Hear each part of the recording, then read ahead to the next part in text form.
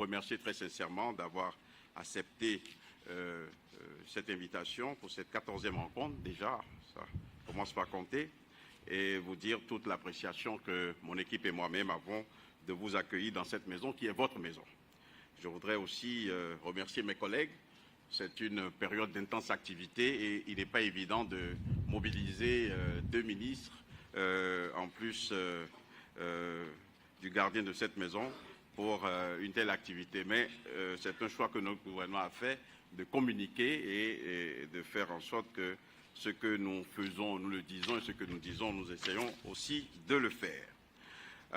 Depuis notre dernière rencontre, je voudrais dire qu'il s'est passé beaucoup de choses. Je suis rentré moi-même hier soir d'Abu Dhabi, où j'ai pris part à la conférence des ministres des Affaires étrangères de l'Organisation pour la coopération islamique, mais nous reviendrons sur cela. Mais il s'est passé beaucoup de choses dans la sous-région également. Donc, je voudrais saluer les résultats qu'il y a eu, puisque leurs représentants sont ici, à l'issue des élections présidentielles qui ont eu lieu au Sénégal et au Nigeria.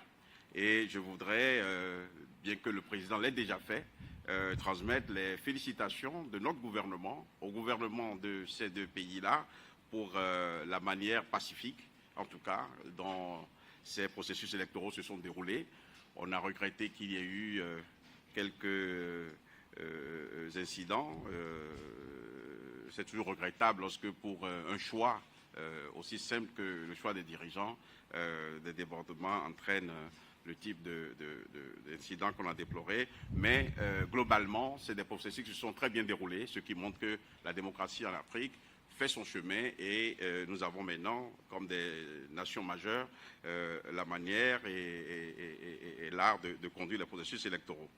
Je crois que je voudrais prier les ambassadeurs de transmettre à leurs dirigeants les félicitations de notre pays. I would like you to convey our congratulations to your president for his re-election as president of Nigeria, et aussi à la personne, au consul du Sénégal, de confirmer les félicitations que le président Talon a adressées aux dirigeants du Sénégal. Bien entendu, la question de l'élection est dans notre actualité, parce que le 28 avril 2019, les électeurs béninois iront aussi aux urnes pour choisir leurs députés. Ce sont les premières élections législatives qui se déroulent depuis l'entrée en vigueur des nouvelles lois portant respectivement charte des partis politiques, mais aussi code électoral en République du Bénin. Il y a beaucoup, on en parle beaucoup en ce moment, mais je crois que la présence du ministre chargé des relations avec les institutions est là pour pouvoir clarifier et vous donner, si besoin en est, les apaisements que certains entendent. Je pense qu'il s'agit d'un test de grandeur nature pour voir que ces lois peuvent effectivement nous permettre de tirer les enseignements de la réforme du système partisan qui a été opérée dans notre pays. C'est une réforme qui a été unanimement voulue, il faut le dire, par la classe politique béninoise. C'est dans sa mise en œuvre qu'il y a un certain nombre de questions qui se posent.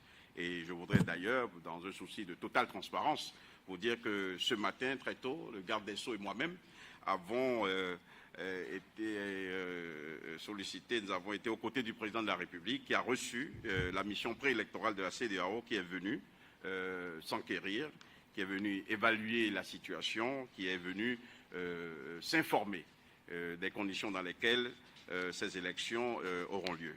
Et lorsque je me suis adressé à la presse tout à l'heure, j'ai bien précisé qu'il ne s'agit pas d'une mission de pompiers, qu'il ne s'agit pas d'une mission qui vient parce que quelque chose va mal.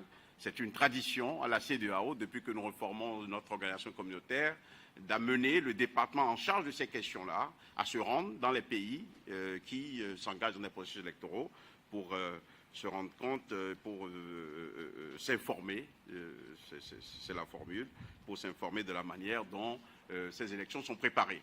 Le chef de l'État les a amplement informés sur nos réformes et sur ces réformes-là dans le domaine politique, et leur a fait un historique qui, je crois, leur a permis de comprendre à suffisance que nous sommes dans un processus tout à fait normal d'application de la loi, mais nous n'excluons pas, évidemment, d'aborder certaines questions qui ne font pas l'unanimité. Nous sommes dans une démocratie qui n'a pas peur des débats. Je voudrais d'ailleurs à ce propos dire qu'à l'approche des élections, si M. le garde des Sceaux en convenait, nous allons, dans le cadre de notre tradition, avec son accord, essayer d'avoir pour vous, mais vraiment à l'approche des élections, si ce n'est pas tout de suite, une sorte de briefing pour qu'il puisse vous dire, en invitant certainement la Sénat aussi, pour qu'on vous explique comment les choses vont se passer, ce qui a été mis en place, pour que tout le monde soit amplement informé par les institutions, en tout cas de la République, de la manière dont le processus électoral aura lieu. Alors je voudrais maintenant aborder avec vous rapidement les rencontres internationales auxquelles notre pays a participé depuis notre dernière rencontre. Bien sûr, la rencontre majeure, c'est bien entendu le 32e sommet des chefs d'État et de gouvernement de l'Union africaine. Il s'agit pour l'Union africaine, cette année autour du thème « Année des réfugiés, des rapatriés et des déplacés internes vers des solutions durables aux déplacements forcés en Afrique ». Il s'agit pour nous, à ce sommet, de revoir les conditions dans lesquelles les mouvements de population sont gérés par les États. Et ce thème renvoie bien sûr aux préoccupations liées à la sécurité et à la paix dans les États, aux effets des changements climatiques, mais aussi à la capacité de nos États à satisfaire les besoins des populations. Il faut dire qu'à ces préoccupations se sont ajoutés, bien entendu, les enjeux de la coopération internationale dans les domaines de la gestion des crises, de l'humanitaire, du changement climatique, des droits de l'homme et des investissements économiques. Et comme vous pouvez le deviner, bien évidemment, ce thème soulève des questions essentielles liées à la gouvernance à visage humain et met en débat la responsabilité de chaque État, de chacun de nos États, au plan national, mais aussi au plan sous-régional et au plan régional africain. Notre pays, le Bénin, a activement participé à ces échanges-là et nous sommes bien entendu attentifs au niveau de l'Union africaine aux développements qui doivent conduire à l'avènement de la zone de libre-échange continentale, la ZLECAf comme nous l'appelons, ainsi qu'aux négociations qui sont en cours pour nous permettre de conclure d'autres accords supplémentaires. Vous allez vous demander, est-ce qu'enfin le Bénin va signer? Oui, nous allons signer, mais nous voulons terminer nos consultations au plan national avec tous les acteurs qui sont concernés pour arriver à une décision qui est conforme aux aspirations de notre secteur privé, pour arriver à une décision qui est conforme aussi aux objectifs d'amélioration du commerce intra-africain tel que le gouvernement de notre pays le voit. Et, nous ne voulons plus aller signer des engagements qui, après, sur le plan interne, posent des problèmes d'application. C'est pour cela que nous avons choisi une démarche qui est plus pédagogique, échanger avec notre secteur privé, échanger avec la classe politique, pour que lorsque nous apposerons notre signature sur ce document, tout le monde soit informé. Donc, je peux vous annoncer que le Bénin signera cette convention, mais nous sommes dans un processus encore d'échange, de consultation. Au plan interne, je dirais que c'est beaucoup plus un processus d'information, ces démarches. Vous savez, de toute façon, dans les 3 protocoles qui sont en cours, celui qui est lié à la circulation des personnes, nous sommes en avance, puisque ce pays a décidé, depuis le mois d'août 2016, d'abolir le visa pour les Africains. Donc, la question de circulation des personnes ne se pose pas. À ce sommet, je voudrais dire que ce que j'ai retenu et qui est important pour nous, c'est que le sommet a adopté le traité qui est relatif à la création de l'Agence africaine du médicament. Cela doit vous parler parce que ce n'est pas un euphémisme que de dire que le président du Bénin, le président Patrice Talon, est passé champion sur cette question sur le continent. C'est l'un des présidents, ou c'est le président qui a eu le courage de toucher à cette bulle-là, de crever cette bulle-là, de circulation ou de vente de médicaments illicites, de médicaments non homologués ou de médicaments sous-dosés qui sont mis sur les marchés. Donc, il a pris des mesures très courageuses, des mesures radicales, et la justice a fait son travail et nous sommes en ce moment dans un processus qui permet non seulement la traçabilité des produits qui rentrent chez nous, mais nous nous allions sur les standards internationaux que la plupart de vos pays ou la plupart de vos organisations régionales, je pense par exemple à l'Union européenne, utilisent pour non seulement la production, la circulation des médicaments et aussi leur conservation.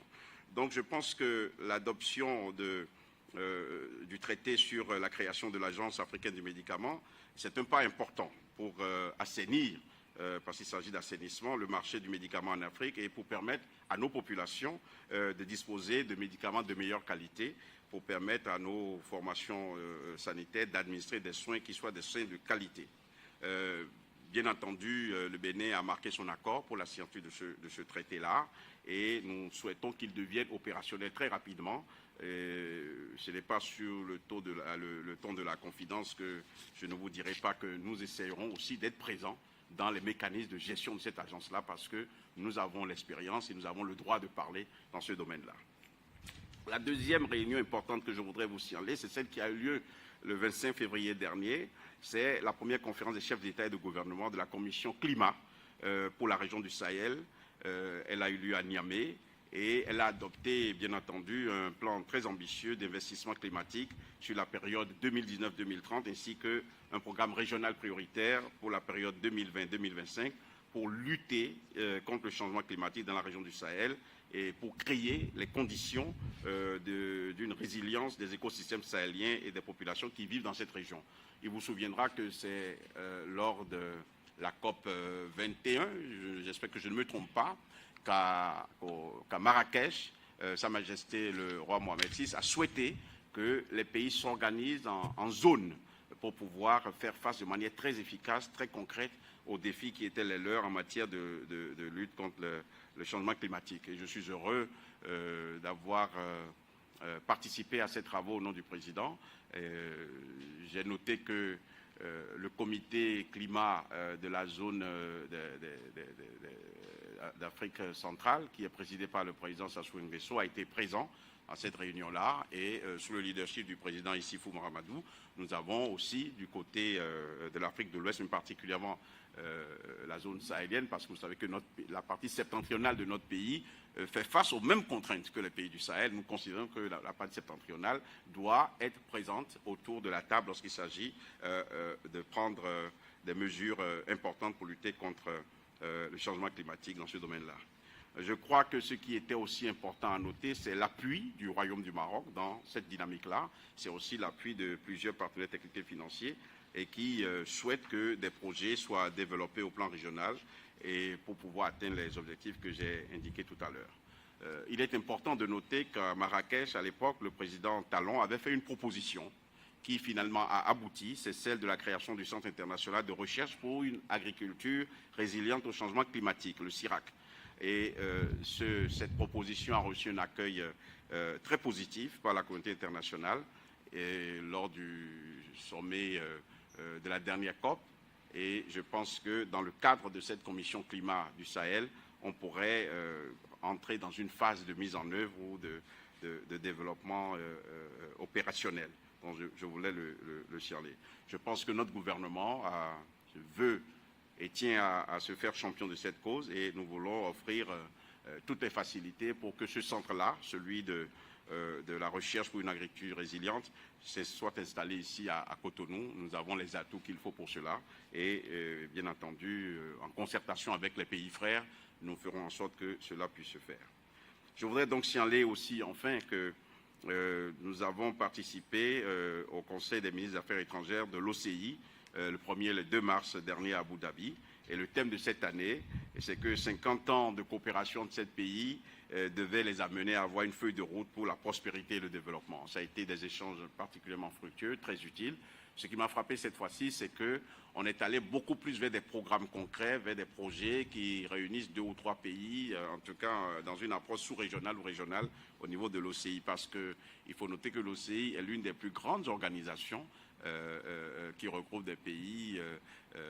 L'effectif est très important et on doit de plus en plus compter avec cette institution-là.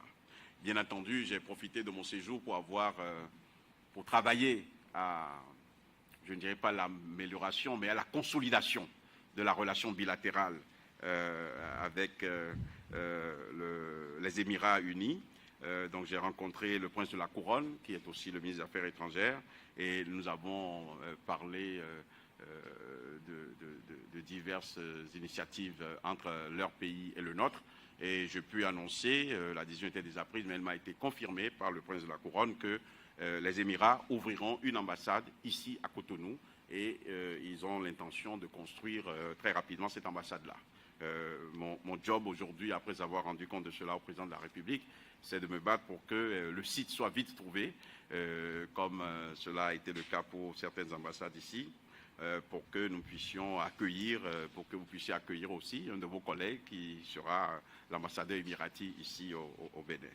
Donc, je crois que ceci me paraît être aussi un élément important de la rencontre qui a eu lieu avant-hier à Abu Dhabi. Je voudrais maintenant terminer très rapidement par un sujet qui est important et qui explique la présence de mon estimé collègue, le ministre de la Culture ici. C'est l'amorce des discussions entre la France et le Bénin sur les modalités de la coopération muséale et patrimoniale. Et ces discussions ont commencé, où il vous souviendra que le président Macron, dans un acte courageux, avait annoncé que la France avait l'intention de restituer immédiatement 26 œuvres à notre pays. Ce travail a commencé, est en cours. J'étais très amusé d'apprendre que nous commençons par faire des émules, parce qu'un certain pays a annoncé qu'il rendrait des touffes de cheveux d'un empereur qui était gardé dans cette capitale-là. Donc je pense que c'est un combat qui est juste et qui commence par faire des émules. Et comme je le disais, comme le président Talon l'a dit et que nous le répétons, nous ne sommes pas dans une démarche de revendication, nous sommes dans une démarche de coopération muséale. Et vous verrez, lorsque le programme se déploiera, qu'il y aura des actions totalement convergentes entre la France et nous.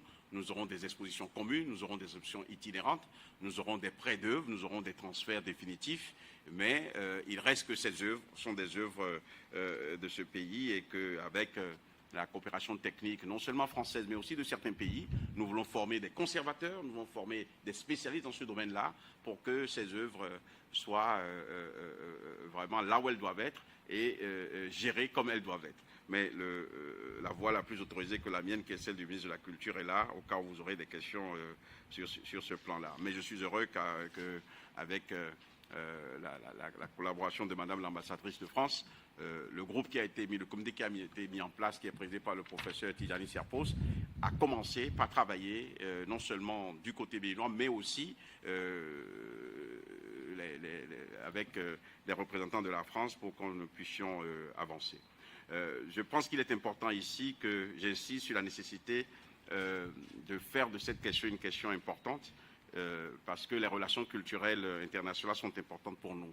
Sont importantes il vous souviendra que sous les auspices de l'UNESCO, qui a organisé il y a quelques mois une rencontre internationale pour aborder cette question, le président avait fait un discours qu'on peut considérer comme un discours majeur pour indiquer nos positions, pour dire ce que nous entendons faire. Donc, je voudrais dire que cette action devrait continuer. Je ne voudrais pas être plus long, je veux terminer par une autre qui n'est pas forcément très gaie. Vous verrez certaines œuvres qui sont exposées tout à l'heure. Il y en a dans le couloir, il y en a aussi dans le hall d'exposition. C'est un artiste de grande qualité que j'ai reçu plusieurs fois ici et qui s'est rendu dans le cadre de la préparation de cette exposition 3 jours avant son décès. C'est l'artiste Pédé, qui est probablement le maître dans le domaine d'élaborer, de fabriquer les tentures d'Abomey, les tentures qui montrent, qui racontent l'épopée de nos rois. Donc c'est un écrivain. Pour moi, c'est un écrivain qui utilise les tentures pour dire l'histoire, pour maintenir l'histoire. Et nous étions en train de préparer cette exposition. Je lui avais offert d'exposer ses œuvres ici. Et malheureusement, le destin l'a fauché et il est décédé. mais comme c'était un projet qui avait été convenu, et je crois que sa dernière visite, c'était même pour venir donner quelques indications techniques sur la manière dont on devait faire des tringles pour accrocher, parce que ces œufs sont souvent très grandes, vous verrez tout à l'heure. J'ai maintenu la décision de cette exposition qui doit être faite, et comme la mort fait partie de la vie et que la vie doit continuer, nous avons décidé de combiner l'exposition de Yves Apollinaire-Pédé qui est sculpteur, plasticien, tapissier, qui, pour moi, a accédé à ce qu'on appelle l'immortalité des artistes, parce qu'un artiste ne meurt pas. Et nous avons décidé de joindre aussi un autre artiste qui sera là. Mais on ne peut pas rendre hommage à Yves Apollinaire-Pédé si on ne fait pas aussi mention de notre ambassadeur. Parce que pour moi, je dis souvent aux ambassadeurs qui sont les diplomates, qu'il y a des gens qui font mieux que moi et mieux qu'eux le travail du rayonnement de notre pays. Ce sont les artistes. Et vous savez, moi, je ne déplacerai pas des foules quand je me rendrai dans un music hall. Mais si Stan Toron est annoncé dans un music hall, il y aura des foules. Donc c'est un grand ambassadeur. Malheureusement, Stan Toron, qui a créé un rythme qu'il appelait le Cheng System, c'est un de nos grands ambassadeurs, un grand ambassadeur de la musique de chez nous et de notre culture. Il s'en est aussi allé le 26 février dernier. Et je dis souvent que les artistes ne meurent pas, ils rentrent dans une certaine immortalité. Donc je voudrais conclure cela en vous demandant de bien vouloir observer pour Apollinaire-Pédé et pour Stan Toron une minute de silence. Et sur ce plan-là, je vais conclure mon propos.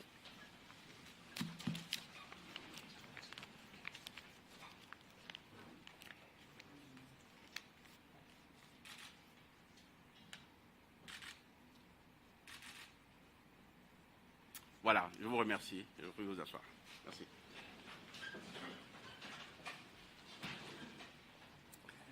Merci beaucoup à vous,